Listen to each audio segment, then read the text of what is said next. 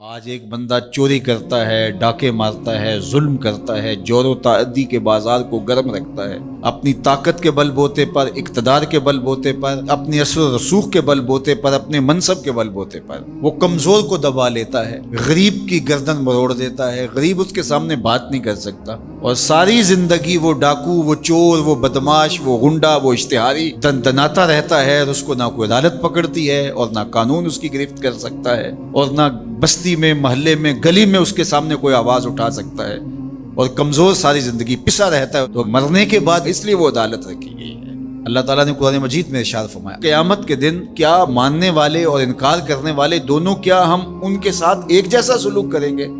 ما لکم کیف تحکمون، یہ تم کہاں سے فیصلہ لائے ہو؟ یہ بات تم نے کہاں سے گھڑ لی ہے؟ مرور زمانہ کے ساتھ جو مسلسل مشق ہوتی ہے تمہاری اس دنیا کے اندر، اس سے تم سمجھتے ہو کہ ایسا ہوگا، لیکن ایسا ہوگا نہیں۔ وہ ایک الگ نظام ہے، اور اس نظام میں آپ کو ایک ایک چیز اللہ کے حضور لے کے پیش ہونا ہوگا۔ تو کہا واتقوا یوما، اس دن سے ڈرو، لا تجزی نفس عن نفس شیئا، کوئی جان کسی جان کی جزا نہیں بنے گی، کوئی جان کسی جان کا بدلہ نہیں بنے گی کہ اس جگہ مجھے رکھ لو۔ کوئی بننا بھی نہیں چاہے گا، اگر کوئی بنانا بھی چاہے تو کوئی بننا ہی نہیں چاہے گا۔ یوم یفر المرء من اخیہ وامہ وابیہ، اس دن باپ بھی کہے گا کہ میں اس کا ذمہ دار نہیں ہوں، بیوی کہے گی میں اپنے شوہر کی ذمہ دار نہیں ہوں، بیٹا کہے گا میں اپنی ماں کا ذمہ دار نہیں ہوں، ماں کہے گی میں اپنی بیٹی کی ذمہ دار نہیں ہوں، اور وہ ایک دوسرے سے جان چھڑا رہے ہوں گے۔ جب ماں بھی جان چھڑا رہی ہوگی، بتائیے وہ دن پھر کس طرح نفسی نفسی کا ہوگا۔ آج کی تاریخ میں سارے لوگ میدان چھوڑ کے بھاگ جائیں، لیکن ماں جو ہے وہ جلتی ہوئی آگ میں بھی کود جاتی ہے اپنی اولاد کے لیے، لیکن وہ دن اتنا سخت ہوگا کہ ماں بھی چھوڑ دے گی، ماں بھی کہے گی یہ اس سے پوچھو، میں اس کی ذمہ دار نہیں ہوں۔ اللہ اکبر۔ تو کہا وہ دن آنے والا ہے، آج تم نے دنیا کے اس رویے سے اور اس طرز زندگی سے، اور جو تم زندگی گزارتے ہو اس سے تم نے یہ نتیجہ نکال لیا ہے کہ آخرت میں بھی ایسے ہی چلے گا، تو ایسے نہیں ہے۔ اور اگر آپ ناراض نہ ہوں، بعض اوقات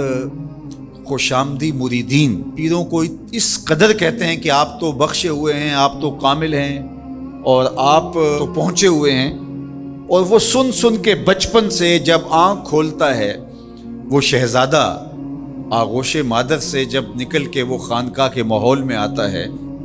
تو وہ یہی سنتا ہے کہ یہ کوئی الگ مخلوق ہے، تو آہستہ آہستہ اس کی طبع کے اندر بھی یہ راسخ ہو جاتا ہے کہ مجھے تو کوئی پرسش نہیں ہوگی، میں تو شریعت سے، قانون سے، اخلاقیات سے مبرہ ہوں۔ ہم نے دیکھا ہے کہ پیروں کے بیٹے بالکل نوخیز بچے بوڑھے سفید داڑھیوں والوں کی تذلیل کر رہے ہوتے ہیں اور ان کو غلاموں کی طرح سمجھ رہے ہوتے ہیں۔ ان کا خیال ہے کہ ہم ان کے اوپر جو ہے وہ کوئی حاکم بن کے آئے ہیں۔ یہی سیاستدانوں کا حال ہے، یہی باقی طبقات کا حال ہے۔ تو وہ ماحول ایسا ان کو دیا جاتا ہے، اور وہ پھر آہستہ آہستہ یہ سمجھتے ہیں کہ ہم تو بخشے ہوئے ہیں، اور ایسا ہوتا ہے کہ وہ بیچارے دعا سے بھی محروم ہو جاتے ہیں۔ میں نے دیکھا ہے کہ جب لوگ فوت ہوتے ہیں تو بالخصوص جو اس طرح کا ماحول ہوتا ہے وہاں، تو وہاں پیر صاحب کے لیے مغفرت کی دعا نہیں کی جاتی، ان کے وسیلے سے اپنے لیے دعا کی جاتی ہے۔ تو یار کیسی محرومی ہے کہ جو دعائیں مغفرت کی، غفران کی، باوجود کے پیغمبروں کے دامن پہ کوئی گناہ کا دبا اور داغ نہیں تھا، لیکن اللہ سے وہ استغفار بھی طلب کرتے رہے اور اپنے لیے غفران و رحمت کی دعائیں بھی مانگتے رہے۔ اصحاب پیغمبر، اولاد رسول سب یہ کچھ کرتے رہے، لیکن آج جو ہے وہ مجھے اچھی طرح یاد ہے کہ ایک دفعہ ہم کہیں فاتحہ پڑھنے گئے، بہت پرانی بات بھی نہیں ہے، کوئی 10 سال پرانی بات ہوگی، تو وہ جو صاحب فوت ہوئے تھے تو میں نے غفران و مغفرت کا کوئی لفظ کیا تو میری طرف بڑی تیکھی نظروں سے لوگ لکھنے لگے کہ یعنی کیا آپ ان کے لیے مغفرت کی دعا کریں گے؟ یعنی یہ تو بخشے ہوئے ہیں، میں اور آپ کسی کے لیے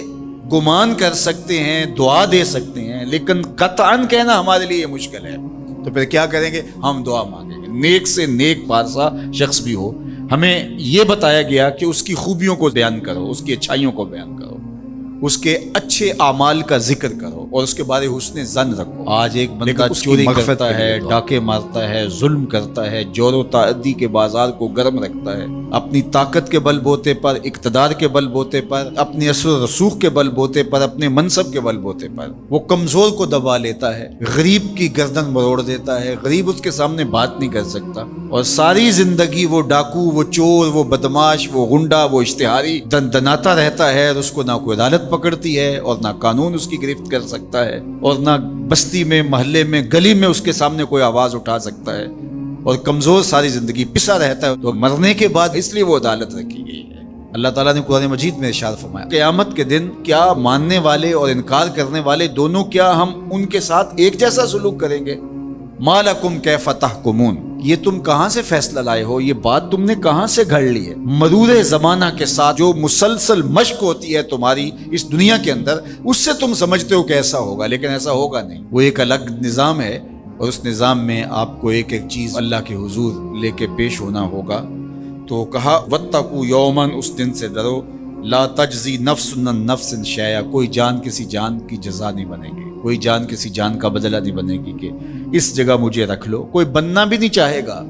اگر کوئی بنانا بھی چاہے تو کوئی بننا ہی نہیں چاہے گا۔ یوم یفر المرء من اخیہ وامہ وابیہ، اس دن باپ بھی کہے گا کہ میں اس کا ذمہ دار نہیں ہوں، بیوی کہے گی میں اپنے شوہر کی ذمہ دار نہیں ہوں، بیٹا کہے گا میں اپنی ماں کا ذمہ دار نہیں ہوں، ماں کہے گی میں اپنی بیٹی کی ذمہ دار نہیں ہوں، اور وہ ایک دوسرے سے جان چھڑا رہے ہوں گے۔ جب ماں بھی جان چھڑا رہی ہوگی، بتائیے وہ دن پھر کس طرح نفسی نفسی کا ہوگا۔ آج کی تاریخ میں سارے لوگ میدان چھوڑ کے بھاگ جائیں، لیکن ماں جو ہے وہ جلتی ہوئی آگ میں بھی کود جاتی ہے اپنی اولاد کے لیے، لیکن وہ دن اتنا سخت ہوگا کہ ماں بھی چھوڑ دے گی، ماں بھی کہے گی یہ اس سے پوچھو، میں اس کی ذمہ دار نہیں ہوں۔ اللہ اکبر۔ تو کہا وہ دن آنے والا ہے، آج تم نے دنیا کے اس رویے سے اور اس طرز زندگی سے اور جو تم زندگی گزارتے ہو اس سے تم نے یہ نتیجہ نکال لیا ہے کہ آخرت میں بھی ایسے ہی چلے گا، تو ایسے نہیں ہے۔ اور اگر آپ ناراض نہ ہوں، بعض اوقات خوش آمدی مریدین پیروں کو اس قدر کہتے ہیں کہ آپ تو بخشے ہوئے ہیں، آپ تو کامل ہیں، اور آپ تو پہنچے ہوئے ہیں، اور وہ سن سن کے بچپن سے جب آنکھ کھولتا ہے وہ شہزادہ آغوش مادر سے جب نکل کے وہ خانقاہ کے ماحول میں آتا ہے تو وہ یہی سنتا ہے کہ یہ کوئی الگ مخلوق ہے، تو آہستہ آہستہ اس کی طبع کے اندر بھی یہ راسخ ہو جاتا ہے کہ مجھے تو کوئی پرسش نہیں ہوگی، میں تو شریعت سے، قانون سے، اخلاقیات سے مبرہ ہوں۔ ہم نے دیکھا ہے کہ پیروں کے بیٹے بالکل نوخیز بچے بوڑھے سفید داڑھیوں والوں کی تذلیل کر رہے ہوتے ہیں اور ان کو غلاموں کی طرح سمجھ رہے ہوتے ہیں۔ ان کا خیال ہے کہ ہم ان کے اوپر جو ہے وہ کوئی حاکم بن کے آئے ہیں۔ یہی سیاستدانوں کا حال ہے، یہی باقی طبقات کا حال ہے۔ تو وہ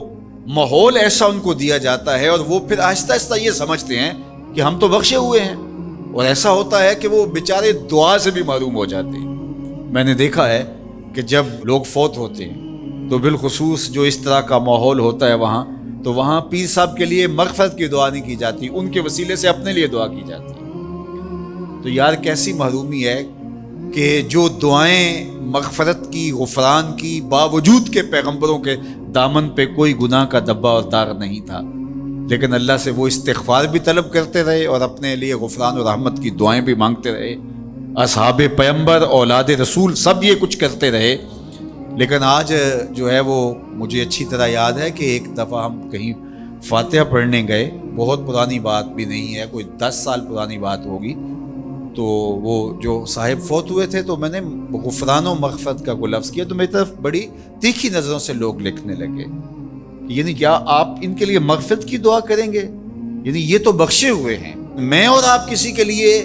گمان کر سکتے ہیں، دعا دے سکتے ہیں، لیکن قطعاً کہنا ہمارے لیے یہ مشکل ہے۔ تو پھر کیا کریں گے؟ ہم دعا مانگیں گے۔ نیک سے نیک پارسا شخص بھی ہو، ہمیں یہ بتایا گیا کہ اس کی خوبیوں کو بیان کرو، اس کی اچھائیوں کو بیان کرو، اس کے اچھے اعمال کا ذکر کرو اور اس کے بارے حسن ظن رکھو۔